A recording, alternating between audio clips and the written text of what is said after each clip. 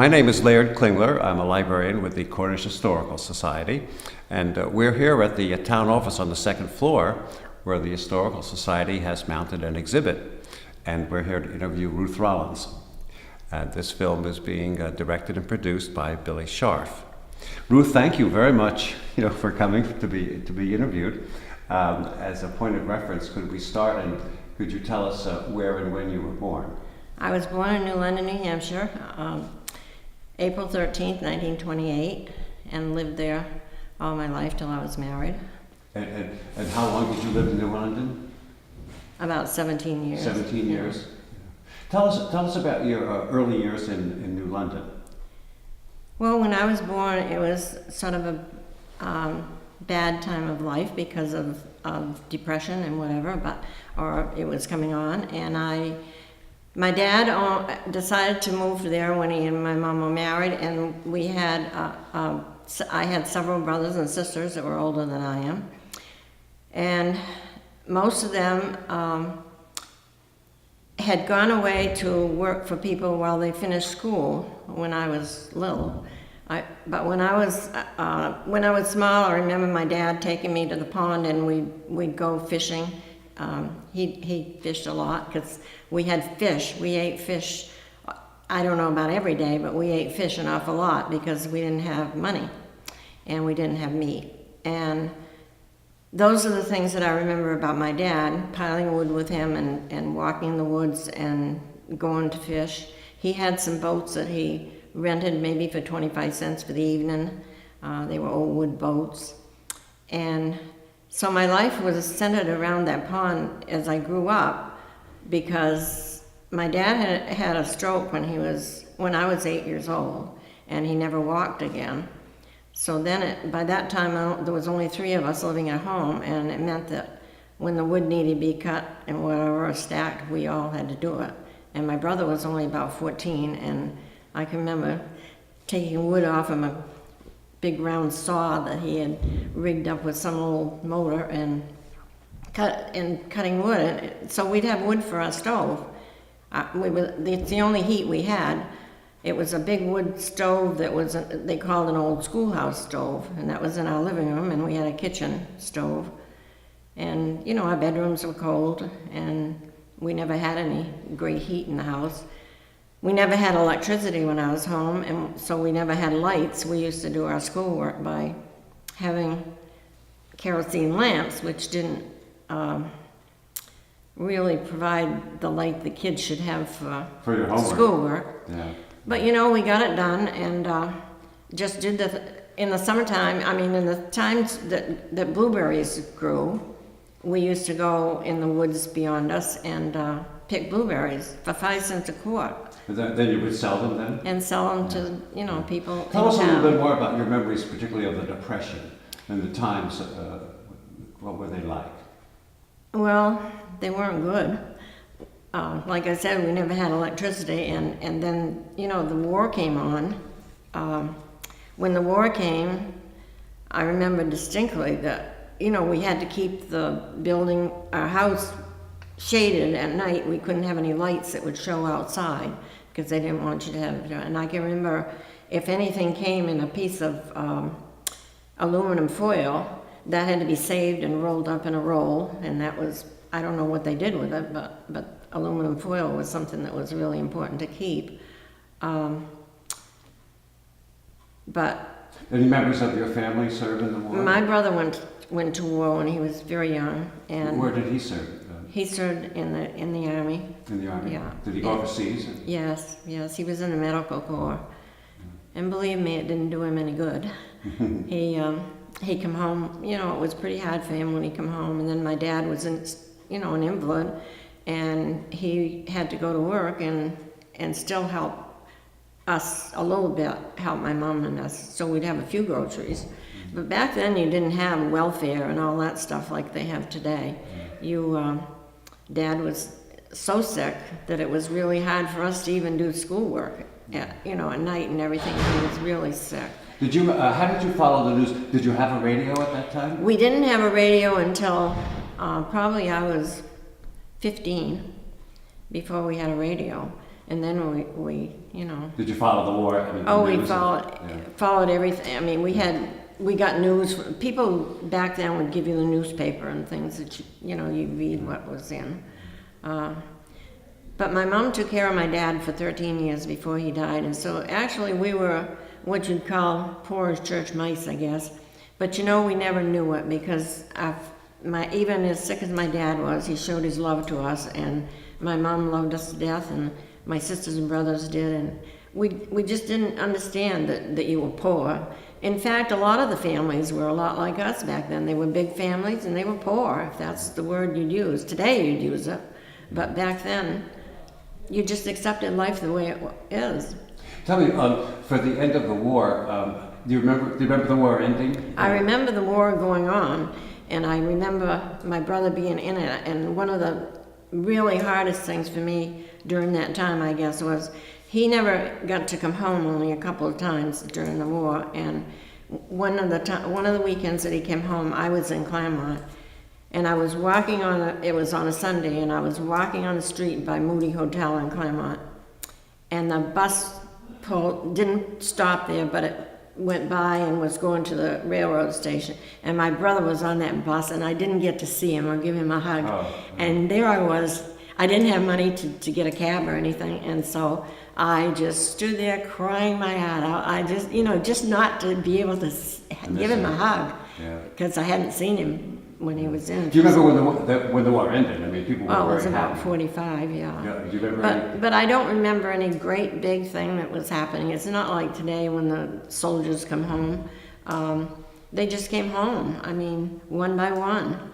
I have a friend that came home.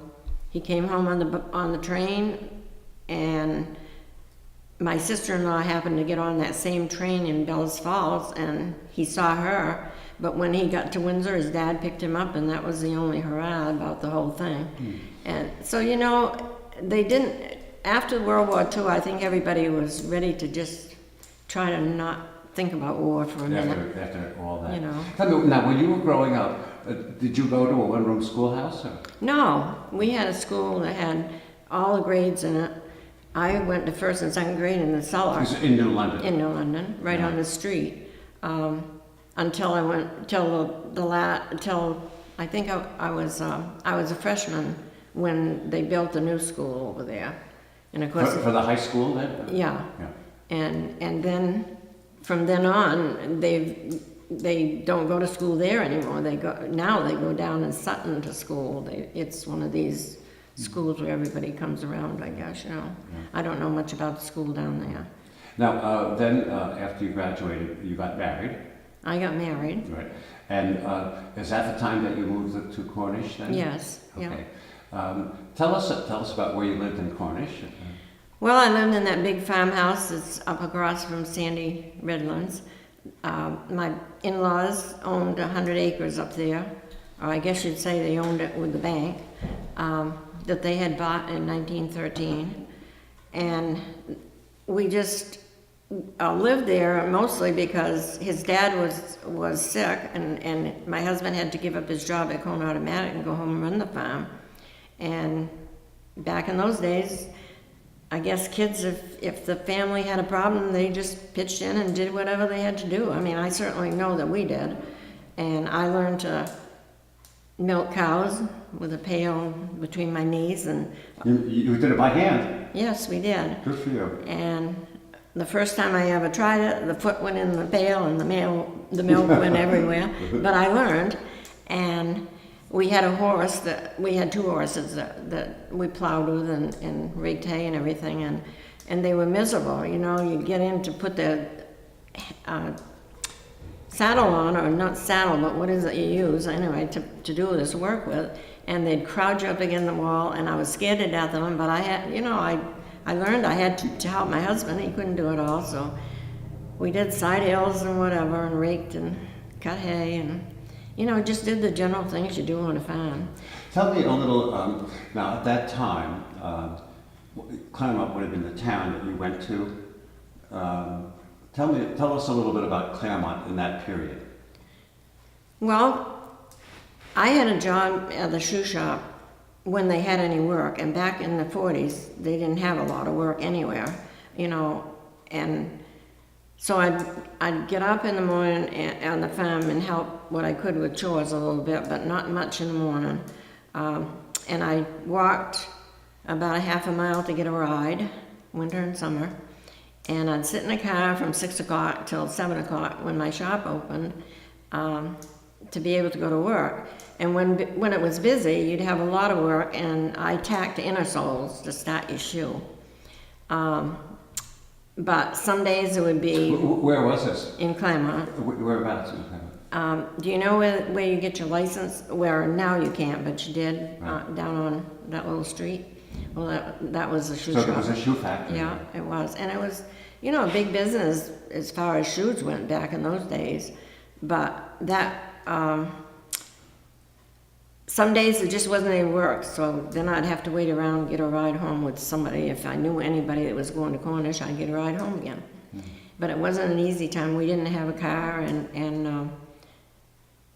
you had to depend on neighbors to give you a ride wherever you went. Tell us more about the downtown Claremont at that time. Well, at Claremont, the streets were booming, actually. We had Joey Manufacturing in Claremont then, and most of the men had jobs there. My sister worked there in the office at one time for quite a while. But eventually that went out, and all of the stores like the Queen Shop and Marritt's and the Men's Shop and Montgomery Ward and all the 5 and 10s, eventually they just disappeared because they weren't making any money, because people didn't have any money once the shop closed. People were really hard up in Claremont for a long time. And then I think Claremont went more to a lot of people having small businesses and people working small businesses. But then years later, of course, all these big stores came in, like Walmart, and when you have stores like that, people just go to them because things are cheaper, and it's a place where you have better parking, I guess. No, but Claremont was a source of entertainment as well for you. Oh, Claremont. Tell us about the things you did, movies or things like that. Well, my life, when I used to do babysitting in Claremont before I was married, my life was spent at the park in the wintertime, ice skating when I had any free time from taking care of kids and doing housework. And there was a ballroom out in West Claremont, and it was just an old building, but it was called Roseland Ballroom. Roseland? Roseland. And I spent a lot of time out there roller skating. I loved roller skating. And so that was, we'd go there in the evening and do that. And we did after we were married a little bit, but after we were married, we just didn't have a dime to do anything much. Now what about the movie theaters in Claremont? Oh, the movie theaters, when I was young and after we were married too, we could afford to once in a while go to the movies, because it wasn't the expense that it is today. And there was Latcher's Theater on Pleasant Street, where they had great movies, but the Magnet that was on Sullivan Street, I went to that much more than I did the Latches. I liked that theater, and they just had beautiful movies like Gone with the Wind and those kind of movies. You saw Gone with the Wind when it came out. Yeah.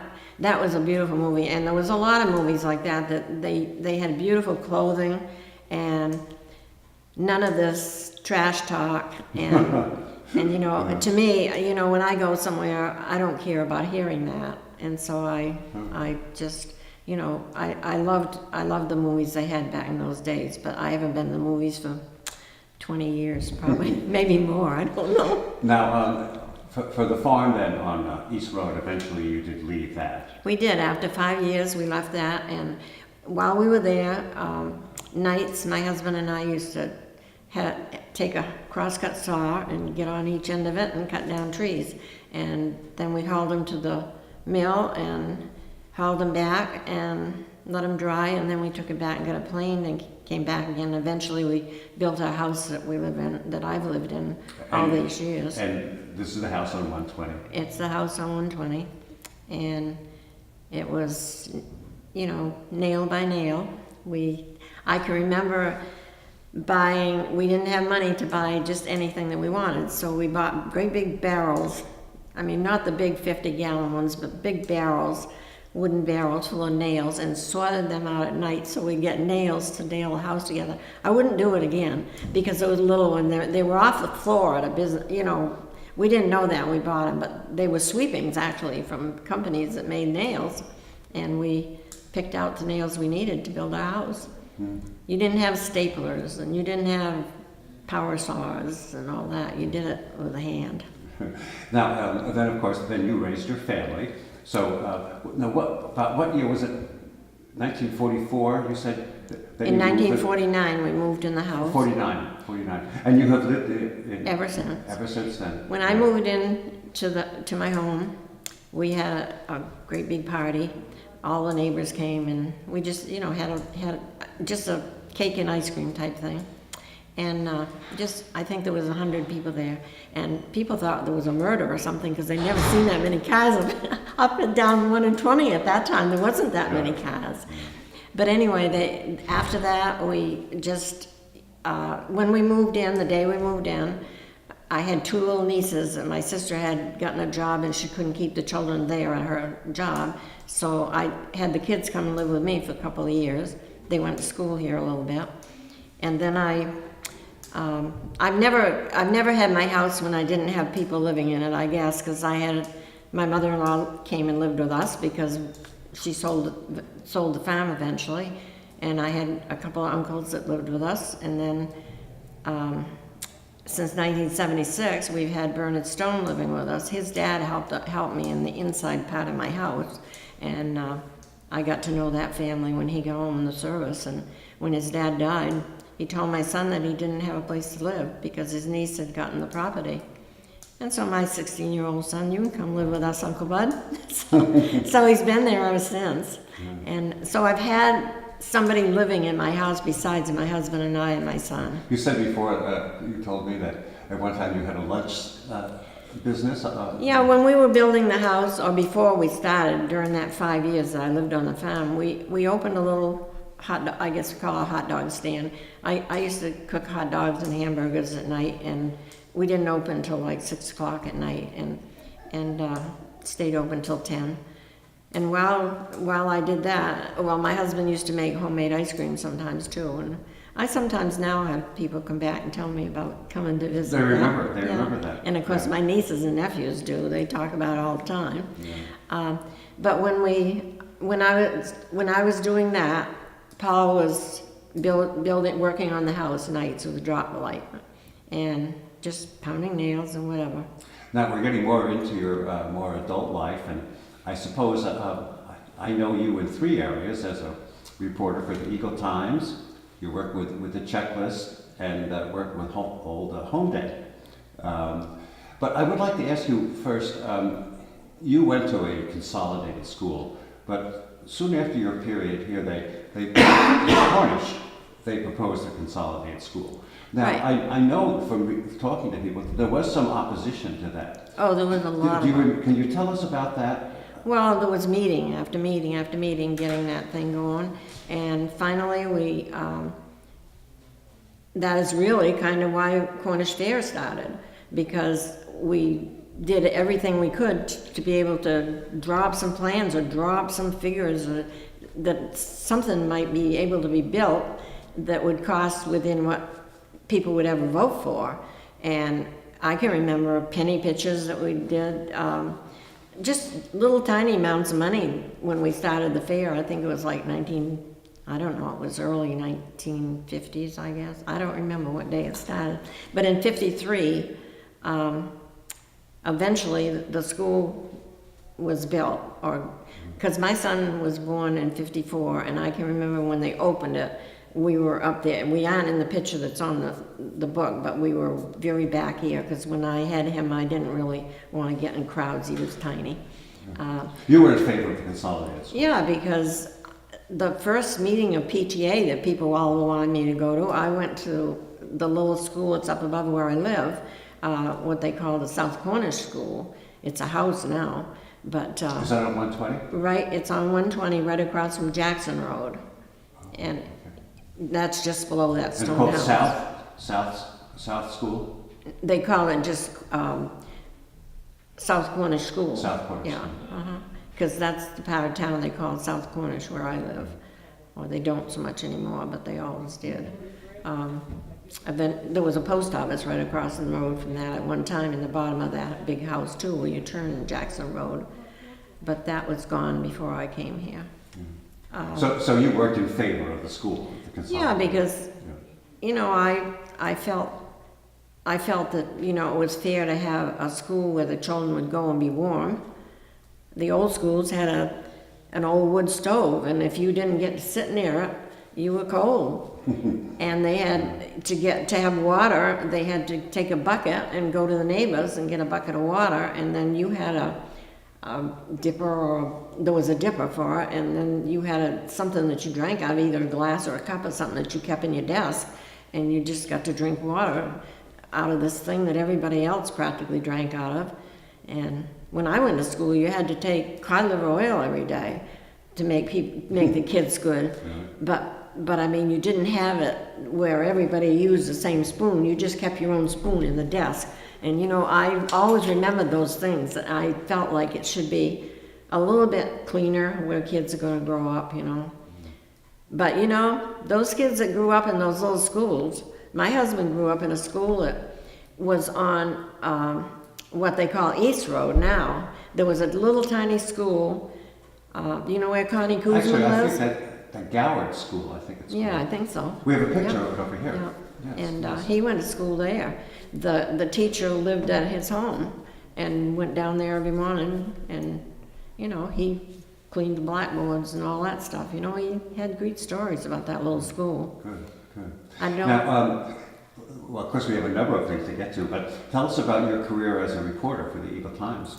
Oh, you know, when I started writing for the paper, my Donnie was 8 years old, and he come home from school one day, and he said, "Mom, I'd like to be a Cub Scout."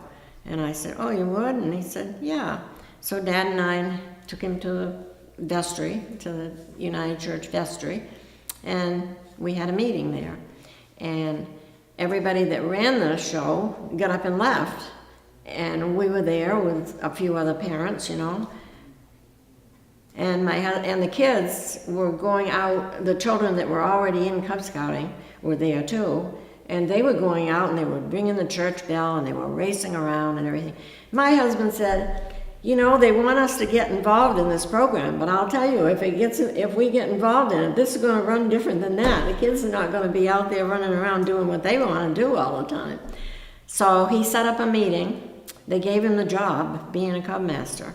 He set up a meeting and told all the parents that were there to be at our house the next Thursday night, I guess it was, and we would make some plans. So we did, and we just had it pretty well organized. I mean, we didn't have kids out running around. We didn't know where they were at night, you know.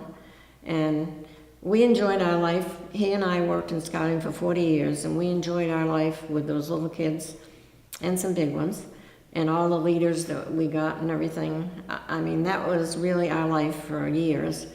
Now, as a reporter, did you write things up? And so my son could, you know, he did so many little things. We did a lot of things at home, and my son by that time was really interested in woodworking and stuff like that. Even at 8 years old, he loved a hammer and a saw and all that stuff. So we used to make a lot of wooden things. And when we did that, we also went to visit older people, and we picked up roadsides, and we did a lot of things during our meetings when they came to my house. And I thought, you know, these kids are doing so many nice little things. Why don't I write a little article and put it in the paper? So I did, and when I did, they asked me if I would write for the paper. Well, my life for a long time was just people calling me at dinner time to tell me that they went somewhere for the weekend, or somebody came to visit their home, or, you know, some of their relatives came for the weekend. Just little things. And I got 10 cents an inch. You know how many inches you have to write before you get 5 or 6 inches in the paper? But that's all they offered me to do it, you know. And I 10 cents an inch? 10 cents an inch. And I didn't care if I did it, you know, had any money out of it. I just liked doing it. But as it went on, you just get other things, and they tell they want me to go somewhere and do a story, or they want me to do this or that or the other thing. And, I liked writing, and I just kept on doing it. I liked to type, and so I did that. Yeah. And I worked under a lot of editors. My first one was Aggie Mountain, and he is still an editor, not an editor right now, but he is still writing for the Eagle Times. And just, a lot of those people just got to be good friends, and a lot of the people I worked with in the office.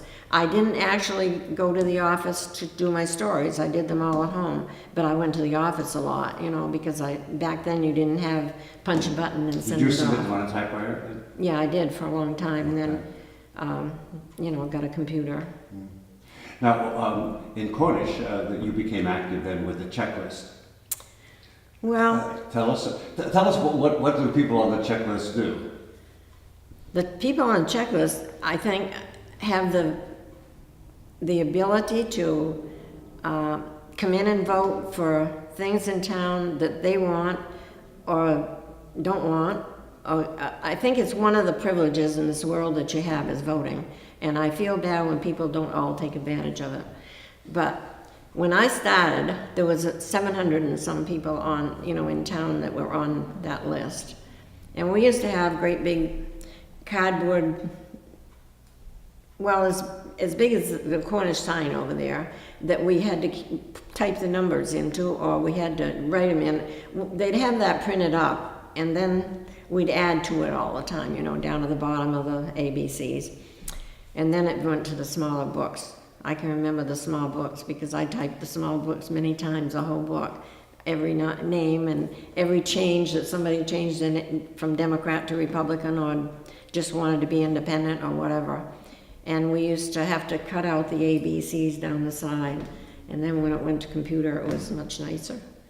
But in 1977, Ellsworth Atwood, who you never met, but Leland Atwood. Well, Leland's dad was a checklist person for the supervisors for more than 30 years, I'm sure, probably 35. And he decided he wanted to go to Florida for the winter, and I think he wasn't feeling that well. And he came to my house, because he used to be a good friend of ours anyway, and he sat down at my table and he said, "I want you to take my job as supervisor." I said, "What?" He said, "I know that you could do it and you do a good job." And I said, "Oh, I think there's a lot of people in Cornish could do it better than I could." And he said, "No, I don't." He said, "I think that you could do a good job." So he kept on talking to me just like you did.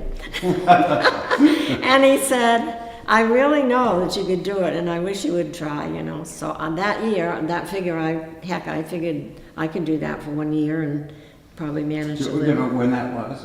It was 1977, I think. 77? I think it was 78 when I was voted in the next year and got the job. And when you first started off, today when you go, you show identification. How did people identify themselves at that time? Did you just take their word, or? Well, I tell you, probably back when I came to Cornish and got to know people, I probably knew, I don't know how many of them, but an awful lot of people. And they came in and they said who they were, and that was it. We didn't have any cards, we didn't have anything, All of their information when they registered to vote was on a little card that big. And now we have all this paperwork we have to keep track of. And I had 3 cans of file cards that, the names were on that. And that's what I typed into my lists of, as we, it's a little booklet like. And had that, but you knew people, and if you didn't, you knew that everybody else did. And once they gave you a name, we believed that's who they were. And, a moderator stands up there in front, and he knows who these people are, and if somebody gets up in the back of the room and isn't registered, I would get up and say, you need to get your name on the checklist. But other than that, and there was never very much of any problem. We used to meet at the town hall, and it had a great big wood stove that was huge, and everybody smoked pipes and everything else. And by the time you went home from town meeting, I'll tell you, you were half drunk with cigarette smoke. but you know, this big long pipe in there and letting the smoke out of the chimney, and it was just so different than it is now. Nobody really would ever think about it. You probably have seen the pictures. We had them over there at the Collier's magazine. Oh yeah. Of the town meetings. Yeah. Yes. Yeah. Yes, They were great days. Okay. Well, now how about Old Home Day? Well, Home Day, I should have looked up how many long years I've been secretary. I can't remember. It's been forever. But, you know, there was a lot of good secretaries before I was, and when somebody finally dropped out and said, I think you need to do that job, I just said, oh, okay, if that's what you want me to do, I'll do it. You know, I hated saying no to anybody, you know that. And I just said, well, I'll do it, you know, and I'm still doing it. But it's gotten into the fact of not just being secretary. I mean, it's a lot goes with it, you know. There's all those letters to write when I write people that have lived here. I think it's fair to say that you are the mainstay. Well, right now, you know, I try my best, and I've been told by a few people that, you know, there's not enough people that go to even keep it going and everything. I said, I don't care. I really believe in Old Home Day. It started in Cornish with a minister's wife, actually, invited 6 older ladies there back in years ago, you know, and hey, they didn't go anywhere, and she thought, well, you know, this would be nice if they get together. So she invited these 6, I think it was 6 women, and they had such a good time that it just kept going. At one time, at our church, at Cornish Center there, the brick church, United Church of Cornish, there was 600 people or 800 people there. I think it was 800 people there.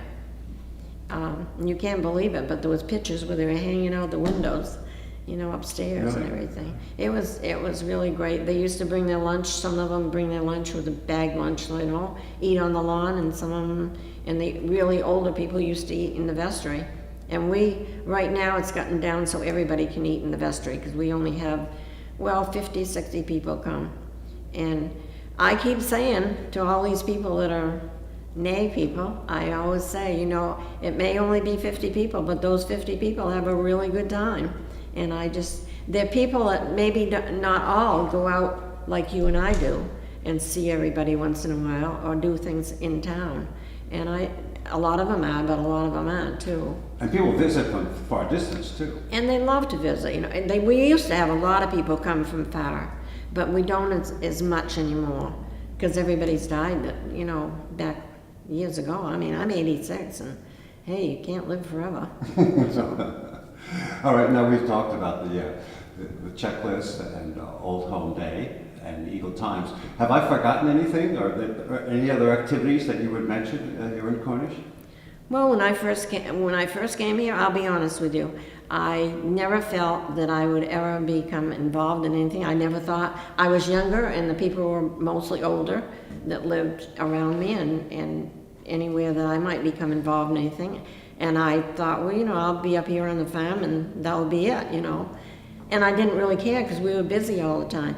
But it wasn't just a few months, and we had a home demonstration group. It's a group that we learned a lot through that. Even the older people learned all the time. We used to even make mattresses and baskets and you name it. If it was something that could be done, everybody learned how to do it, because we had meetings every month. And this group of ladies that were together doing that, they called me up and wanted me to come. And I was just amazed, because I was young and I didn't think they'd invite me to get involved in town.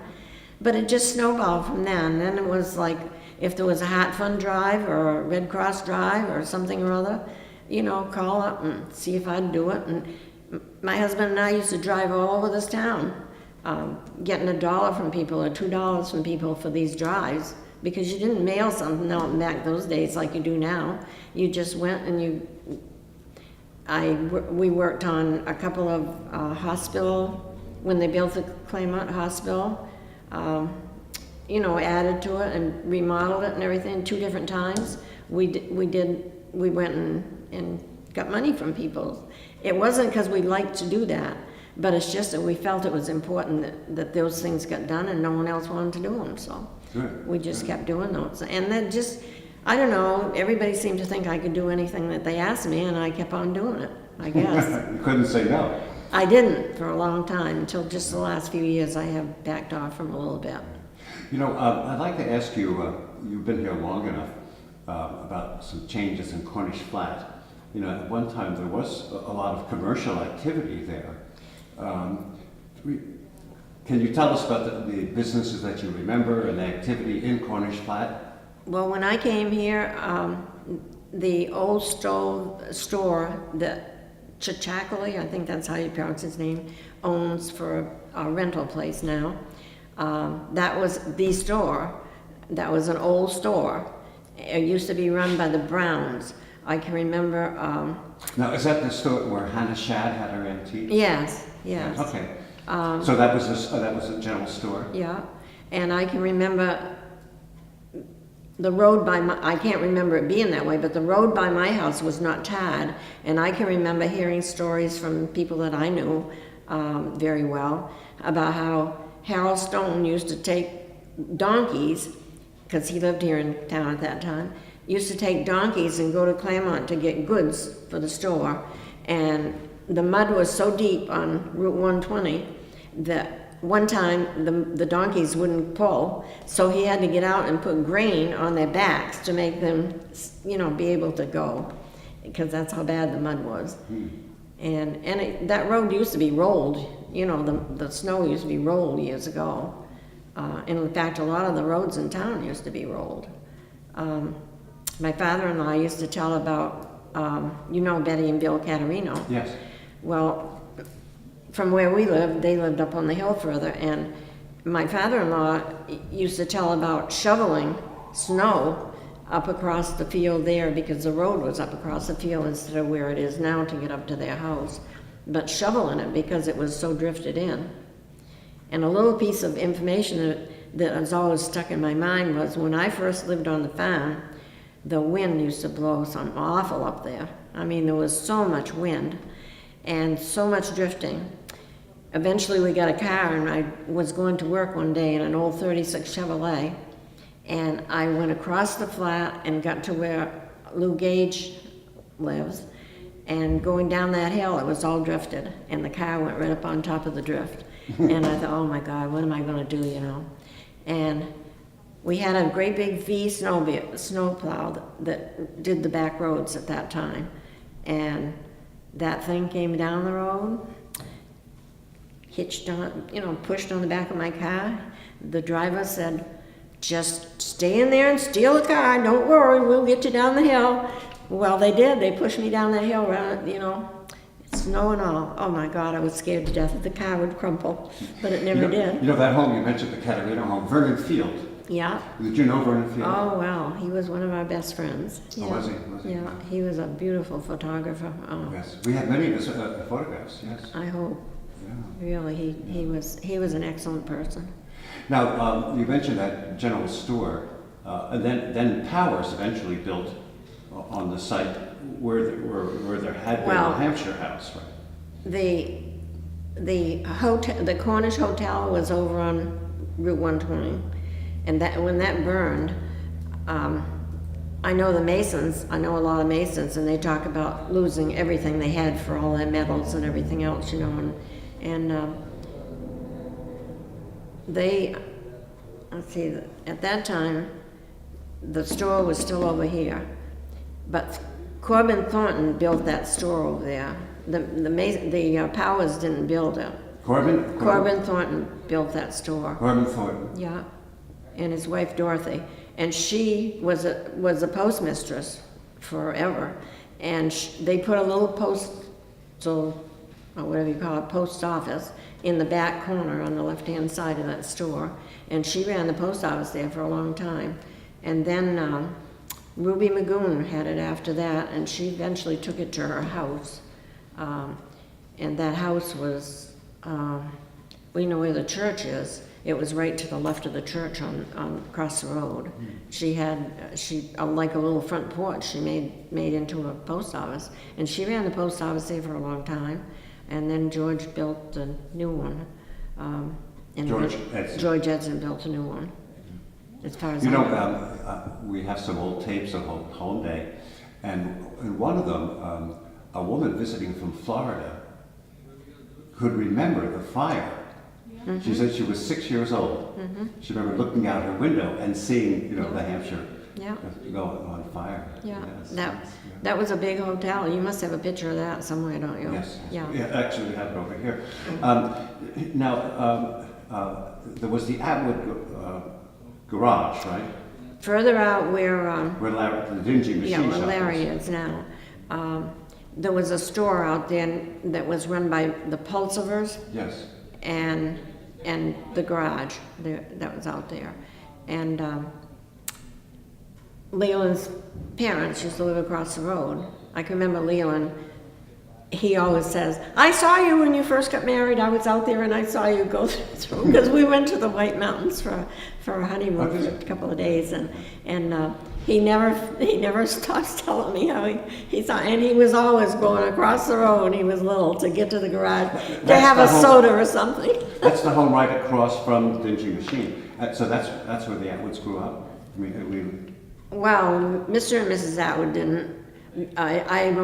I don't know how they came to Cornish. I really don't. but that's where Leland grew up. That's where Leland grew up. I see. Yeah. It's not the last one, not the last house to the on the left-hand side of the road, but the next one back this way. Well, we're sort of touching on this now, but I think we're pretty much at the end of the questions I wanted to ask. We always like to ask people to contrast the Cornish of today with the Cornish of the past. Well, there's a lot more people that live here, and there's a lot more people that I don't know than I did back then. And people come and go here too quite a bit, because we put names on our checklist, and before you know it, they're gone, and then we have new people living in that house. This past voting, we registered 70 people that day, which is huge, huge, huge. Usually we register, I don't know, maybe 15 or something like that, or 7 to 15, but we registered 70. It was a very busy voting, the busiest I've ever seen. We have more than 1,200 people on the checklist now, and there was 700 and something when I first started in '78. But the changes, when I first came here, the roads were terrible. We used to have to leave our car down at the highway. If you drove it off the road very far, you might still have it there come summer. And if it was winter and you did it, you might have it frozen into the mud and not be able to, move it. So you learned where to park and leave it there. And back then, nobody bothered your car, and it was down the road, and so what? You just went down there and got it and went off somewhere the next day. But I don't know if you could do that today. There's been a terrific amount of building in town, a lot of building, and of course the houses are much bigger. A lot of the houses back my house isn't very big, and when I first built, there was a lot of houses in town that were even smaller, and I'd like mine to be bigger some days so I'd be able to have more space, but we've been really happy there, and I've been really happy to live in Cornish. I feel like Cornish is really my home, even though I was born and brought up in New London. But the roads are much better. I think the town highway crew does a fantastic job on the roads. I know that people still complain when there's mud for a few weeks, but some of the people that use the roads that don't have to, I have a road behind my house. If they would not use it for 3 weeks or a month, it wouldn't even need, uplifting as far as a whole lot of gravel and everything in spring, but they go through and drag their cars, and so I don't feel bad for people when they do that, because they could go on the blacktop and stay off of it. And I shouldn't say those things, but there's no one lives on it, and if no one lives on a road, they could save a lot of money in town if we didn't go in the mud time on a road that we don't need to. What else is new? I don't know, things have stayed. I think the school system has I know for a lot of years it blossomed pretty big because at one time we had 250 students up there or more, and now I don't think we have 80 or 100. So it's the school system has apparently children haven't, for years been moving to Cornish with children. Maybe this year we'll have a big boom. Well, I don't know, what else could I tell you? well, no, I very much have enjoyed the interview. Thank you. And would you like to say anything else before we conclude, or? Well, I did pester you about this. That's what you were referring to. Right. But I'm It very isn't happy that- that you came and did this. It wasn't that I didn't want to do it for you, it's just that my time has been so rushed, I don't know. I've had a really rough year, I'll tell you. But life goes on, and you do the best you can, and I always tell people when they ask me how I am that I get my feet on the floor every morning and I trudge around doing the best I can, and housework has been the least of it, I guess, in the last 6 months, but I still can get through and get meals and enjoy living. Good. But I said when I got to be 80, that, once in a while a day, whether the housework got done or not, I was going to do whatever I was invited to do. Because many times when I wrote for the paper and everything, I had to give up not going to different things because I had an appointment to go do a story on somebody or go to a meeting. I covered school board meetings till they were coming out my ears, I'll tell you, and they weren't the most enjoyable place to go. Sometimes a lot of people had a lot that was against things, and it made you go home being a little upset. But, I always felt that my stories I've been told anyway, that my stories brought people to think that they were almost at the meeting, and they could almost know what went on about the school or whatever. And I really feel, right now, I don't feel that Cornish gets covered as well. But I can't go back to doing it. I just can't be up every night doing stories and everything. But I really wish there was someone in town that would cover more of the town events, the town selectmen meetings and things, where decisions are made, because nobody knows some of those things, and I think everybody needs to know them if they pay the taxes in town. But it isn't going to happen, and I stopped grinding about it. Okay. Well, Ruth, thank you. Thank you very much. Very enjoyable. Okay. Well, this young man apparently takes pictures a Well, lot. I think, Billy, I think we can conclude now. And we always like to say as they say in the movies, Billy, that's a take.